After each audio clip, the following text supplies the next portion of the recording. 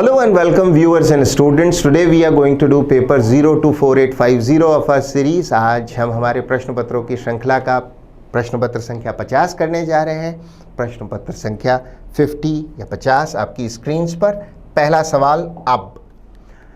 Find out which part of the sentence has an error in it. नीचे दिए गए वाक्य के किस खंड में एरर है पता लगाना है. If you turn the corner, you will find a house built of stone. If you turn the corner, अगर आप मुड़ें, you will found गलत है, erroneous है, क्योंकि will के साथ हमें फर्स्ट फॉर्म चाहिए. You will found नहीं, find. हमारा उत्तर हुआ option B. You will find a house built of stone. Built of stone या made of stone का अर्थ है पत्थर से बना हुआ. अगर ईंट का मकान होता तो made या built of brick होता. उत्तर हमारा 2 है, will found नहीं, will find. आगे बढ़े. प्रश्न संख्या 77. Find out which part of the following sentence has an error in it. सवाल है outside the rain beats down. बहुत तेज बारिश होना अथवा बहुत तेज धूप पड़ना. beating down है तो sun is beating down means बहुत तेज धूप है. यहाँ the rain beats down in floods. बहुत तेज बारिश आ रही है, बाढ़ जैसी. and the sea gives forth. give forth का अर्थ है उत्पन्न करना, emit. और जो समुद्र है वो कैसी आवाज उत्पन्न कर रहा है? A sound like an alarm bells. देखिए अलार्म बेल्स प्लूरल नाउन है तो आर्टिकल एन इसके साथ नहीं हो सकता. ए अथवा एन इनडेफिनेट आर्टिकल आने के लिए नाउन काउंटेबल होने के साथ एक वचन या सिंगुलर भी होनी चाहिए. होना क्या चाहिए था? होना चाहिए था अ साउंड लाइक और a sound of alarm bells. वैकल्पिक तौर पर अ साउंड लाइक और sound of an alarm bell भी संभव है. दोनों ही सूरतों में हमारा उत्तर होगा C. So a sound like alarm bells और साउंड ऑफ अलार्म बेल्स और साउंड ऑफ और sound like an alarm bell. C उत्तर. आगे बढ़ते हैं हम. अगला प्रश्न, प्रश्न संख्या 78. Choose the option that can be used to substitute the underlined word. रेखांकित शब्द को जो सब्स्टिट्यूट कर सके, उसका स्थान ले सके. The colors softened as the sun went down. Soften का अर्थ है तीव्रता कम होना, मंद पड़ जाना. हमारा आंसर क्या होगा? उपलब्ध ऑप्शंस में आंसर होगा mellowed. Mellowed का अर्थ है जो रंगों की तीव्रता है वो कम हो गई. शाम में जब सूरज ढलने लगा तो आसमान में जो चटक रंग है वो कम होने लगा, अंधेरा आने लगा, गोधूली छाने लगी. सो मैलो का अर्थ है मंदिम पड़ना, तीव्रता कम होना.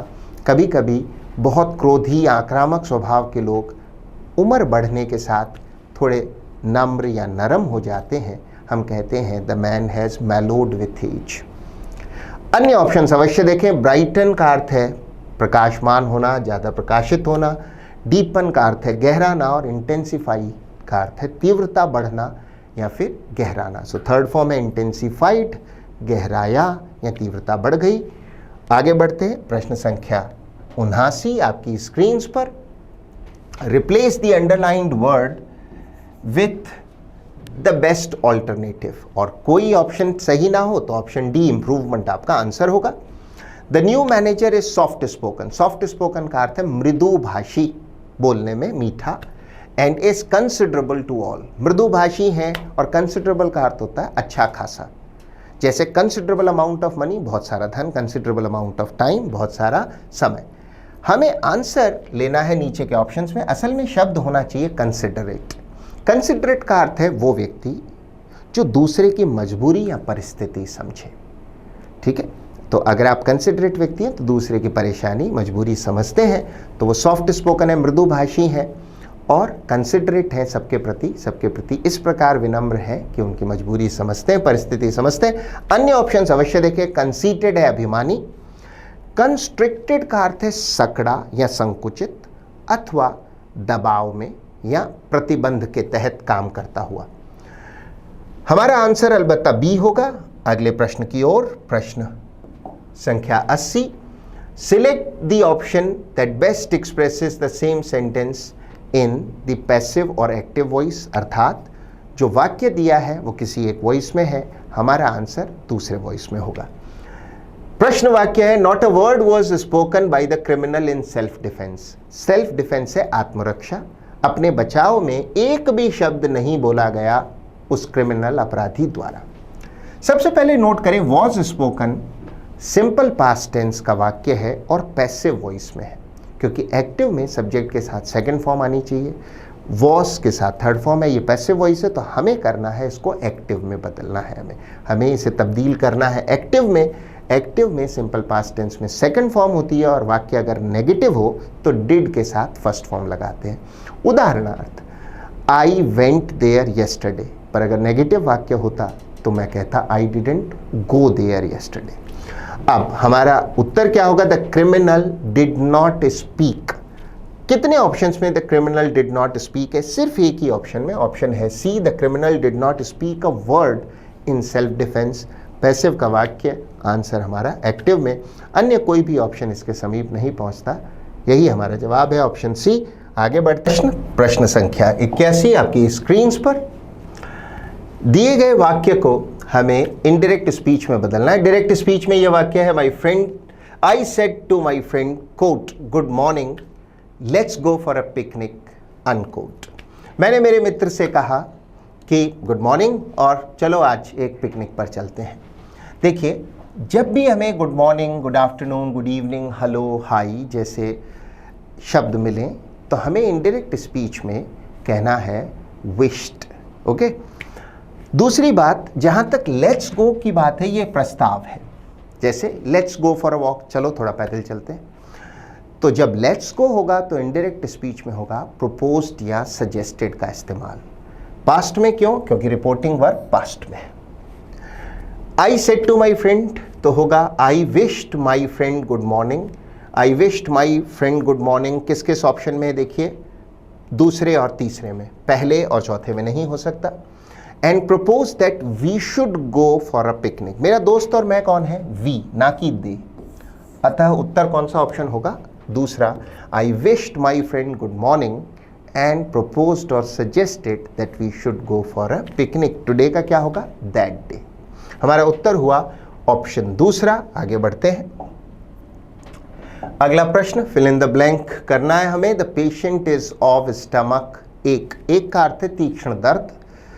आंसर होगा इज कंप्लेनिंग ऑफ। अगर आप किसी दर्द की शिकायत कर रहे हो तो you are complaining of it. For example, the guest complained of chest pain and had to be rush to hospital.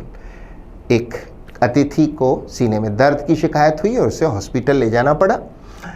अलबत्ता किसी व्यक्ति की शिकायत करें तो you complain against that person, पर यहाँ बात दर्द की है। सफरिंग पीड़ित होना है, एक्सपीरियंस अनुभव करना, और अफ्लिक्टेड है पीड़ित किसी चीज से, जैसे किसी रोग से, किसी दर्द से पीड़ित हो तो afflicted.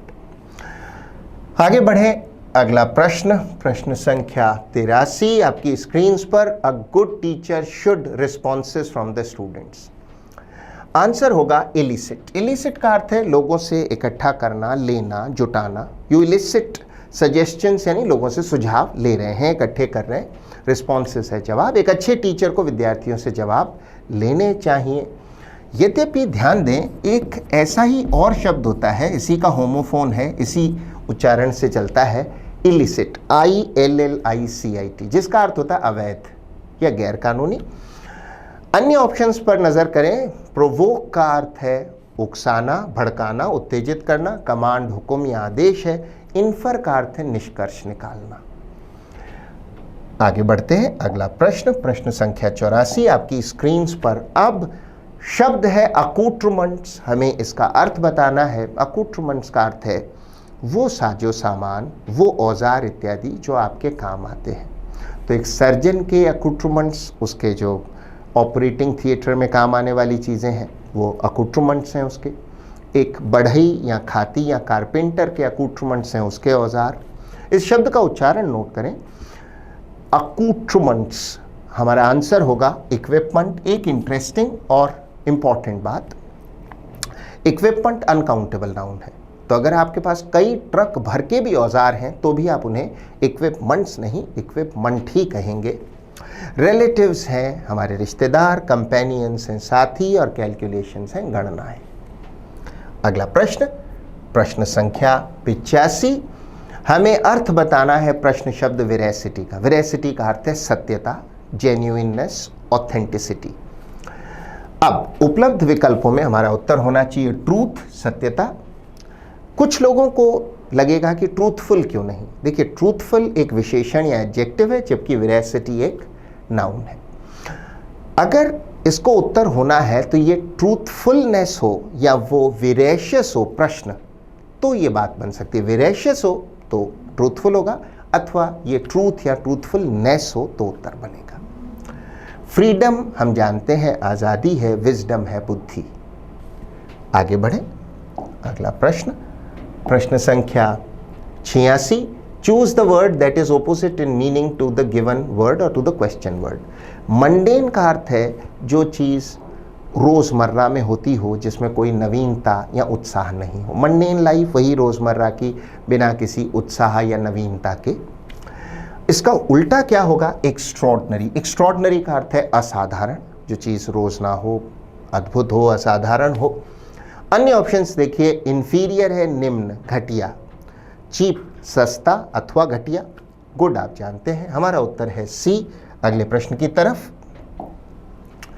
Choose the word that is opposite in meaning to the given word और टू द क्वेश्चन वर्ड।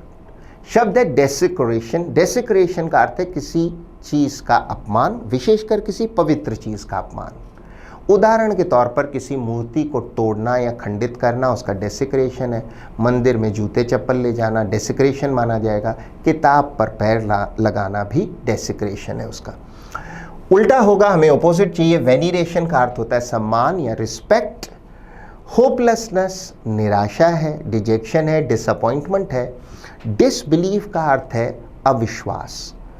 अगर आपको किसी चीज़ पे भरोसा ही नहीं हो रहा क्योंकि आपकी उम्मीद से बहुत अलग है, हटके है, आप आश्चर्य के साथ अविश्वास दिखा रहे हैं, तो आप किस में है? In a state of disbelief. Manifestation है प्रकटीकरण, या किसी चीज़ का जो रूप सामने आता है वो मैनिफेस्टेशन है, प्रकटीकरण।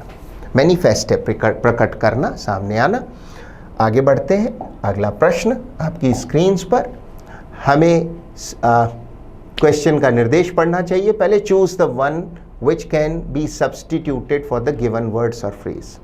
हमें सब्सटीट्यूट करना है इस डिस्क्रिप्शन को, इस फ्रेज को। An agreement between two countries और ग्रुप्स टू स्टॉप फाइटिंग।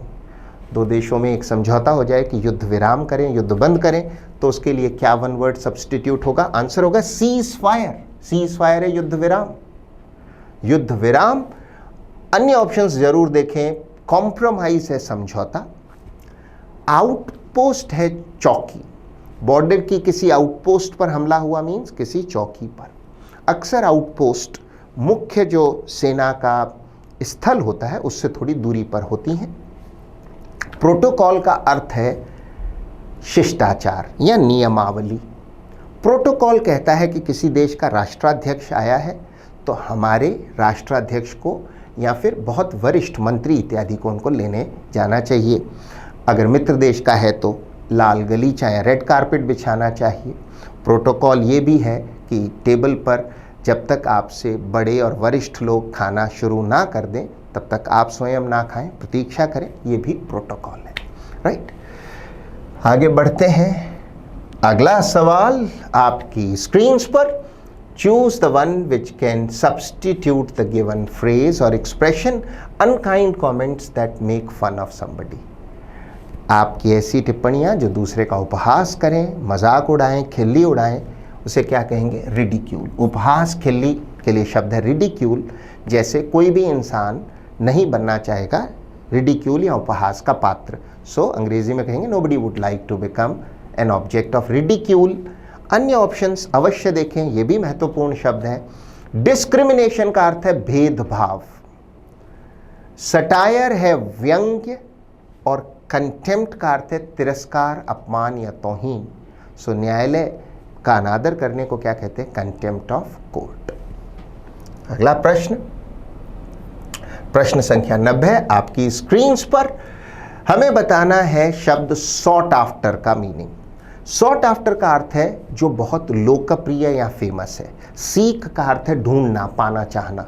तो सॉट आफ्टर मीन्स जिसे लोग ढूंढ रहे हैं, जिसे हर कोई मिलना चाहता है। अर्थ यहाँ पर है लोकप्रियता से। आंसर होगा पॉपुलर, राइट। अब बाकी ऑप्शंस देखें। हाईली पेड का अर्थ है जिसको बहुत अच्छा खासा वेतन मिलता हो, लेकिन अच्छा खासा वेतन मिलना हमेशा लोकप्रियता नहीं होती। इन ग्रेट डिमांड मांग में है, जिसकी मांग ज़्यादा हो। विथ ग्रेट टैलेंट का मतलब है जिसमें बहुत प्रतिभा हो। बहुत प्रतिभा होने पर भी आप लोकप्रिय हो, ये हमेशा आवश्यक नहीं है। सर्वोत्तम ऑप्शन है पॉपुलर। आगे बढ़े। प्रश्न 91 आपकी स्क्रीन पर। Choose the alternative which best expresses the meaning of the idiom और phrase underline below. Indian police are, विद्यार्थी ध्यान दें, पुलिस इंग्लिश में प्लूरल नाउन है, सो इंडियन पुलिस आर ना कि इज। ऑन द होल का अर्थ होता है कुल मिलाकर।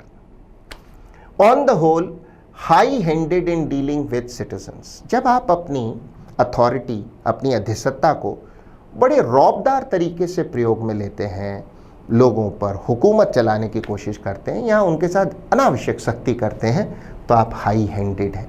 हमें इसका मीनिंग बताना है या सिनोनिमस एक्सप्रेशन लेना। आंसर है ओवरबेयरिंग। ओवरबेयरिंग का अर्थ है धौंस जमाने वाला, रौबदार। अन्य ऑप्शंस देखें। काइंड, दयालु है। प्रॉम्प्ट का अर्थ होता है क्विक। अगर कोई प्रॉम्प्ट रिप्लाई आती है तो बड़ा क्विक जवाब आता है। अडेप्ट का अर्थ है कुशल या स्किलफुल। विद्यार्थी ध्यान दें, स्किल में अवश्य 2 एल होते हैं, लेकिन स्किलफुल जब बनता है तो उसकी स्पेलिंग में ब्रिटिश इंग्लिश में दोनों एल सिंगुलर होते हैं। यद्यपि अमेरिकन इंग्लिश में बीच वाले एल को 2 बार लिखा जाता है। ब्रिटिश स्पेलिंग में, स्किलफुल में दोनों एल सिंगल होंगे। हमारा उत्तर अलबत्ता दूसरा ही रहेगा। अगले प्रश्न की ओर। सवाल 92, करेक्टली स्पेल्ड वर्ड बताना है जिसकी स्पेलिंग सही हो। हमारा आंसर होगा थिसॉरस। थिसॉरस का अर्थ है एक ऐसी डिक्शनरी या ग्लॉसरी जिसमें शब्दों के अर्थ और उसके पर्यायवाची दिए हों। सो पर्यायवाचियों की डिक्शनरी या शब्दकोश। अन्य शब्दों को देखें। परसिस्टेंस का अर्थ है प्रयास की निरंतरता। आप परसिस्ट करते तो काम में लगे रहते हैं। कॉन्स्पिक्यूअस, जिसकी सही स्पेलिंग CONSPICUOUS होनी चाहिए। C और O के बीच में भी एक U होना चाहिए, जिसका अर्थ है स्पष्ट या क्लियर या ऑब्वियस। रिनेसेंस अथवा फ्रेंच उच्चारण रेनेसॉ, इसमें एक ही N होना चाहिए, का अर्थ है पुनर्जागरण। समाज में जब पुनर्जागरण होता है तो लोग बहुत एक्टिव हो जाते हैं, बहुत तेजी से विकास होता है। आगे बढ़े। प्रश्न संख्या 93, 93rd क्वेश्चन। करेक्टली स्पेल्ड शब्द ढूंढना एक बार फिर से। उपलब्ध विकल्पों में हमारा उत्तर होगा पहला अकॉस्टिक। अकॉस्टिक का अर्थ है ध्वनिक या ध्वनि संबंधी। कभी किसी हॉल में बहुत अच्छी आवाज़ आती है, हम कहते हैं हॉल के अकॉस्टिक्स बहुत अच्छे हैं। सो अकॉस्टिक क्या हुआ? ध्वनि संबंधी या ध्वनिक। अन्य ऑप्शंस देखें। नारकोटिक की स्पेलिंग में ये सी नहीं होना चाहिए। नारकोटिक का अर्थ है नशीली दवाइयाँ अथवा नशीली दवाइयों से संबंधित, नारकोटिक ड्रग्स। पेसिमिस्ट का अर्थ है निराशावादी, 2 एस होने चाहिए। और परमानेंट की स्पेलिंग में PERMANENT, परमानेंट का अर्थ है स्थायी, जो हमेशा रहे, नित्य। परमानेंट PERMANENT, ये सही स्पेलिंग होनी चाहिए। आगे बढ़ते हैं। उत्तर ए। सवाल संख्या 94 आपकी स्क्रीन पर एक जंबल्ड अप पैराग्राफ है जिसके खंडों को हमें सही क्रम में जमाना है। करने का तरीका हमेशा की तरह पहले पढ़ें और फिर लिंक जोड़ें। Here the picture perfect French quarter and heritage laden Tamil streets blend into one another. Picture perfect है, बहुत सुंदर। French quarter and heritage, heritage है विरासत। फ्रेंच क्वार्टर और हेरिटेज जो है उनसे भरी हुई तमिल गलियां जो हैं ब्लेंड इनटू वन अनदर, एक दूसरे में मिल जाती है। ब्लेंड का अर्थ होता है मिलना, मिक्स हो जाना। द कॉन्फ्लिक्ट ऑफ को existence is evident in many metropolitan cities. को एग्जिस्टेंस है सह अस्तित्व, कॉन्फ्लिक्ट है टकराव। एविडेंट का अर्थ है क्लियर, थोड़ी देर पहले कॉन्स्पिक्यूअस था। इन मैनी मेट्रोपॉलिटन सिटीज, जो सह अस्तित्व में जो टकराव है वो बड़े महानगरों में दिख जाता है स्पष्टतया। एविडेंट है स्पष्ट। The old and new like 2 different world surviving side by side yet never crossing that chasm. Chasm का अर्थ है गहरी खाई या दरार, नया और पुराना विश्व एक दूसरे के आसपास रहता है, लेकिन कभी भी वो खाई को क्रॉस नहीं कर पाते, एक दूसरे के बीच की खाई को, अर्थात बीच में खाई है, अंतर दिखता है। There is a place to Puducherry where contrast are celebrated. Contrast है दो विपरीत चीजें, ये कॉन्ट्रास्ट है। एक ऐसी जगह है, दो का अर्थ है हालांकि, पुडुचेरी जहां पर जो विरोधाभास हैं या विपरीत चीजें हैं उनको सेलिब्रेट किया जाता है, उसको लोग बहुत अच्छा मानते हैं, उस पर खुशी जाहिर करते हैं, उसे सेलिब्रेट करते हैं, लाइक नो वेयर एल्स, जैसा कहीं अन्य जगह नहीं होता। पढ़ने पर अच्छे से आभास हो जाता है कि नगरों में पुरानी और नई सभ्यता के बीच के अंतर की बात है और उसका एक अपवाद है पुडुचेरी। देखिए इसमें सबसे बढ़िया लिंक है, एक तो है बी और उसके बाद सी, क्योंकि बी इस बात को शुरू कर रहा है, इंट्रोडक्टरी खंड है ये। The conflict of coexistence is evident in many metropolitan cities. सह अस्तित्व का जो टकराव है ये कई महानगरों में साफ दिखता है। The old and the new, ये टकराव किन के बीच में, उसको एक्सप्लेन कर रहा है सी, नए और पुराने में, like two different worlds surviving side by side, बिल्कुल आसपास में, अपने एक दूसरे के बिल्कुल समीप चल रहे हैं, जी रहे हैं नए और पुराने विश्व, लेकिन उनके बीच की खाई है, कैज़म है, गहरी खाई है, दरार। उसके बाद डी ए भी बहुत अच्छा लिंक है। डी कहता है देयर इज अ प्लेस, तो हालांकि एक और जगह, हालांकि मतलब अब एक अन्य बात आ रही है जो अभी तक की बात से उलट है। पुडुचेरी, वहां जो विपरीत चीजें हैं उनको लोग सेलिब्रेट करते हैं, उसको बहुत महत्व देते हैं, उसको पसंद किया जाता है, उस पर गर्व करते हैं। और इसको एक्सप्लेन कर रहा है ए, हियर। हियर कहां, पुडुचेरी में। The picture perfect French quarter and heritage laden Tamil streets, Tamil गलियां जिसमें खूबसूरत फ्रेंच क्वार्टर और विरासत है, वो एक दूसरे में ब्लेंड कर जाती हैं, एक दूसरे में मिल जाती है। Picture perfect French quarter and heritage laden Tamil streets blend into one another, एक दूसरे में वो गलियां मिल जाती हैं। कौन सा ऐसा ऑप्शन है जो जिसमें बी के बाद सी हो और डी के बाद ए? हमारा उत्तर होगा दूसरा, राइट। आगे बढ़े, अगला प्रश्न, प्रश्न संख्या 95। एक बार फिर से एक जंबल्ड अप पैराग्राफ है, इसको हमें सही क्रम में जमाना है, जैसे दिया है वैसे पढ़े। European cloth manufacturers therefore had to depend on a plant called woad to make dyes. यहाँ देयरफॉर एक महत्वपूर्ण शब्द है, इसलिए, इसलिए का अर्थ है कि कहीं कोई पहले कारण बताया गया होगा किसी खंड में। हाउएवर, यद्यपि cloth dyers preferred Indigo, Indigo का अर्थ है नील, जो कपड़ों में हम नील लगाते हैं, which produced a rich blue colour, जिससे बड़ा अच्छा चटक, रिच का अर्थ है चटक, रंग, ब्लू रंग बनता था, देते थे वो कपड़ों को। Being a plant of the temperate zones, temperate का अर्थ है जहां जलवायु न बहुत गर्म हो न बहुत ठंडी, शीतोष्ण हो। Would was easily available in Europe.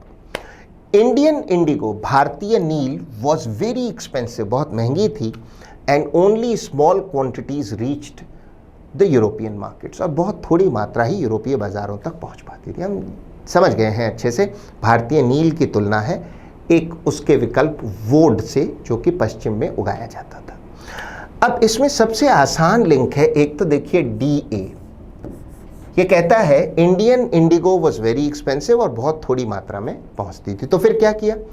Cloth manufacturers therefore had to depend on a plant called woad to make dyes. Dye है रंग, तो रंग बनाने के लिए वो वुड पर निर्भर करते थे।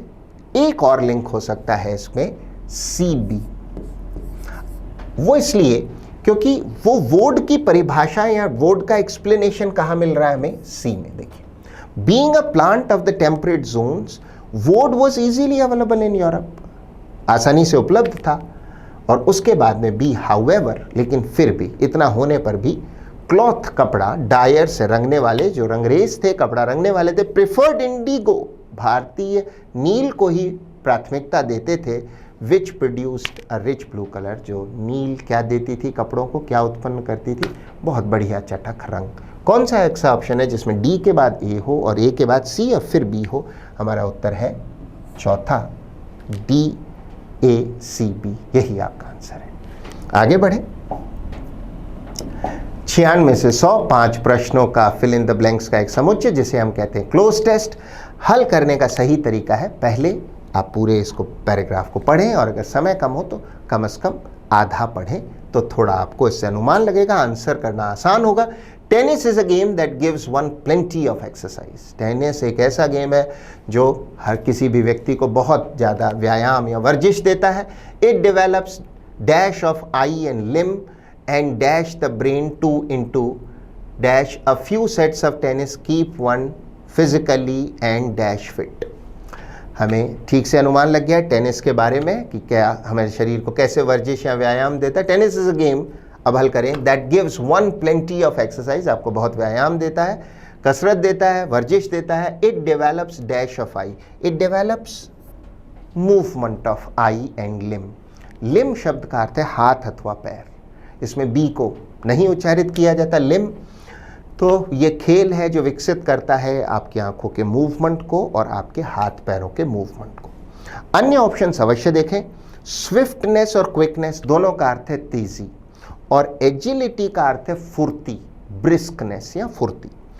यो तो ये चारों ही ऑप्शंस हमें ठीक लगते हैं, पर बात यहाँ खेल कूद से शरीर की गतिविधि बढ़ाने की है, ना कि तेजी या फुर्ती बढ़ाने की। सो जो सबसे तार्किक शब्द है वो है मूवमेंट। आगे बढ़े। And dash the brain to into dash and calls the brain to. अब एक बार हम अगला ऑप्शन और देखते हैं तो फिर ये बहुत आसानी से समझ में आएगा। Calls the brain to into dash, calls the brain to into action. देखिए, कॉल इंटू एक्शन एक पूरा एक्सप्रेशन है जिसका अर्थ होता है किसी को काम करने के लिए आदेश देना, निर्देश देना या मांग करना। तो फिर क्या होता है, जब हाथ पैरों और आंखों का मूवमेंट बढ़ता है टेनिस खेल की एक्सरसाइज से, तो वो चीज़ आपके दिमाग को भी या निर्देश देती है, उससे मांग करती है कि वो भी इन्वॉल्व हो, सिर्फ शरीर नहीं। इसलिए दूसरे में कॉल्स और तीसरे में मीन 97 में कॉल्स और 98 में एक्शन हमें सही आंसर तक पहुंचाएगा। अन्य ऑप्शंस देखें एक बार, पहले 97 को फिर से देख लें। 97 में हमारा उत्तर है कॉल्स। अन्य ऑप्शन देखिए, कमांड है आदेश देना, आस्क है मांग करना, सिग्नल है इशारा देना। सभी कॉल्स के सिनोनिम है, पर जो सही एक्सप्रेशन है वो कमांड या सिग्नल इनटू एक्शन नहीं है, कॉल इनटू एक्शन है। इसलिए हमारा उत्तर होना चाहिए कॉल्स। एक बार फिर से 98 को पुनश्च देखें, कॉल्स इनटू एक्शन। अन्य ऑप्शंस देखें, रिस्पॉन्स है जवाब, प्ले खेल है, वर्क कार्य है। आगे बढ़े, 99 पर चलते हैं। And calls the brain to into action a few sets of tennis keep one physically and dash fit. ये बिल्कुल आसान है, फिजिकली एंड मेंटली फिट। आप शारीरिक और मानसिक तौर पे फिट रहते हैं। कुछ सेट्स अगर टेनिस के खेल लें। अन्य ऑप्शन देखें, इंटेलेक्चुअली है, बौद्धिक रूप से, इमोशनली है, भावनात्मक रूप से, और लॉजिकली है, तार्किक रूप से। बट फॉर इंडोर्स, लेकिन घर के अंदर अगर खेलने की बात हो, chess is the queen of games, खेलों की रानी है शतरंज। People say chess is a dash game, क्या है, मीन गेम। मीन का अर्थ है जिसमें कौशल या हुनर की आवश्यकता हो, जिसमें कौशल लगा हो। बड़ा कौशल वाला खेल है शतरंज, बिकॉज ओनली 2 कैन प्ले, खाली 2 लोग खेल सकते हैं। मीन शब्द के और भी अर्थ होते हैं। मीन का अर्थ नीच भी है, अर्थ होना भी है, औसत भी है, पर यहाँ अर्थ है जिसमें कौशल निहित हो, जिस काम में बड़ा कौशल लगे। शब्द सेल्फिश है, स्वार्थी। केयर फ्री है, निश्चिंत या बेपरवाह। केयरलेस है, लापरवाह। तो अगर आप चिंता नहीं करते, निश्चिंत होकर रहते हैं, फिक्र से फ्री, तो आप केयर फ्री हैं। पर आप परवाही नहीं करते, लापरवाही करते हैं, तो आप केयरलेस हैं। तो ये था आपके पेपर 50 का विश्लेषण। I hope you learn something from it. अच्छे असर के लिए, अच्छे परिणाम के लिए इसे फिर देखें, रिवाइज करें, और जो शब्द उत्तर नहीं थे वोकैबुलरी के उस भाग पर भी ध्यान दें। रिवाइज करें, याद करें, अपने वाक्यों में प्रयोग करें। Keep trying, keep working. Thank you, bye bye.